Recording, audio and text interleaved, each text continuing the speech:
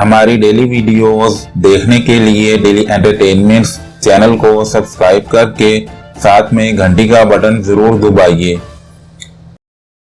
बिस्मिल्लाहिर्रहमानिर्रहीम। अस्सलाम वालेकुम दोस्तों, अपने इस चैनल डेली एंटरटेनमेंट्स में आप सबको खुशामदीद कहते हैं और हम उम्मीद करते हैं आप तमाम दोस्त अल्लाह पाक के करम से खैर व आफियत से होंगे।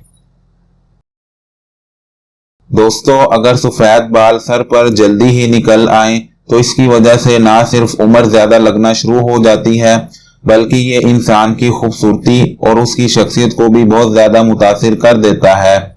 आजकल के दौर में बालों का सफ़ेद हो जाना एक आम सी बात बन गई है। हर एक में से दूसरा शख्स सफ़ेद बालों का शिकार हुआ नजर आता है। अगर आप भी कम उम्र में सफ़ेद बालों की वजह से परेशान हो गए हैं और तरह तरह के इलाज कर करके थक गई हैं तो परेशान ना हो।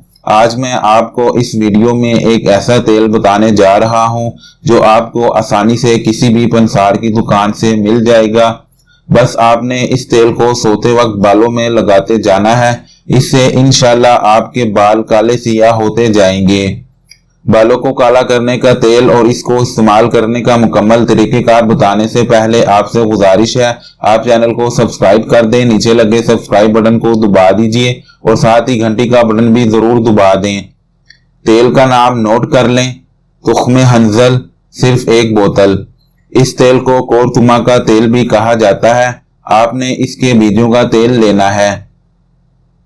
इस तेल की बोतल को आप किसी भी पंसार की दुकान से बना हुआ ले आएं और फिर इस तेल को आप रात के वक्त थोड़ा सा लेकर अपने सर की जड़ों में और बालों में लगाएं और हल्का हल्का मसाज करके छोड़ दें। रात भर के लिए तेल को अपने बालों में लगा रहने दें और फिर सुबह उठकर सर को सादा पानी के साथ धो लें। अगर आप चाहें तो शैम्पू से भी बालों को धो सकते हैं। इंशाल्लाह इस तेल को लगाने से आपके बाल काले सियाह हो जाएंगे।